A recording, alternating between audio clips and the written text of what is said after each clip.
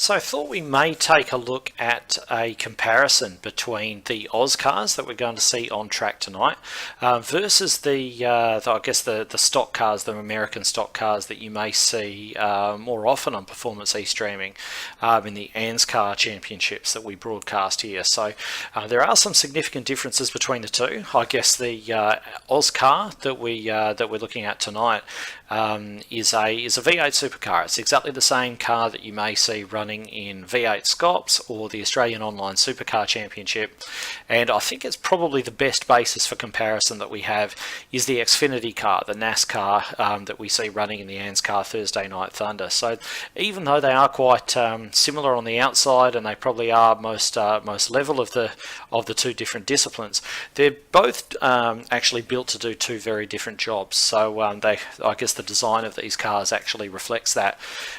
Looking at the AUSCAR or the supercar as it is, it's got a 5-litre injected V8 making 635 horsepower, and that's as opposed to the stock car, which has a 5.8-litre carburetted V8 engine making closer to 700. The supercar has a 6-speed semi-automatic gearbox, whereas it's got a traditional old-style 4-speed manual in the stock car.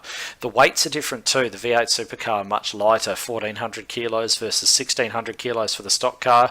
Very big brakes on the supercar. Remember, those brakes have to pull the car up at the end of Conrod Straight every lap for 5 hours at a time, 1000 k's in the Bathurst 1000. Whereas in the stock car, they actually use much smaller brakes because they're much lighter weight and they don't utilise them so much on the oval tracks those cars run. And also probably the most obvious difference, the big rear wing that creates lots of downforce, also lots of drag on the supercar versus the smaller rear spoiler of the stock car. So I think generally you would find that they're two tools built to do various very varying jobs.